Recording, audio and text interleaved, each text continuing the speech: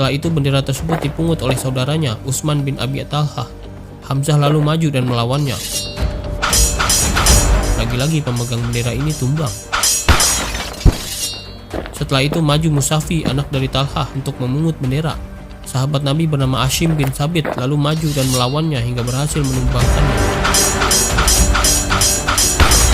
Setelah bendera itu jatuh, anak Talhah yang lain bernama Kilab lalu memungutnya. Hashim kembali maju dan berhasil menumbangkannya.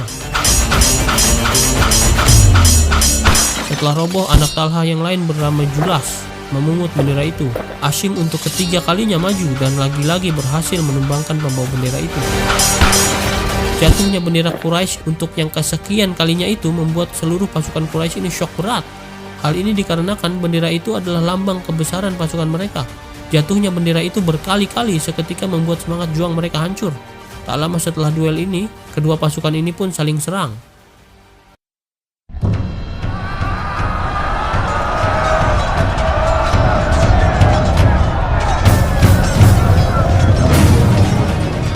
Pertempuran pun berlangsung sengit. Namun dengan semangat juang yang sudah hancur dari awal, pasukan muslim berhasil memukul mundur pasukan Quraisy hingga membuat mereka lari tunggang langgang dan meninggalkan harta benda mereka. Melihat hal tersebut, beberapa pasukan kavaleri di bawah komando Khalid bin Walid yang dari awal perang hanya diam dan mengamati situasi, mencoba melancarkan manuver, namun mereka gagal. Pemanah-pemanah dari bukit langsung menghujani mereka dengan panah. Mereka pun terpaksa kembali mundur. Sementara itu sekitar 90-an pasukan muslim mulai mengumpulkan harta rampasan perang.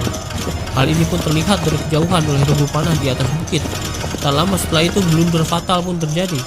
Para pemanah ini mengira perang telah usai dan saat itu adalah waktunya turun dari bukit untuk ikut mengumpulkan harta rampasan perang.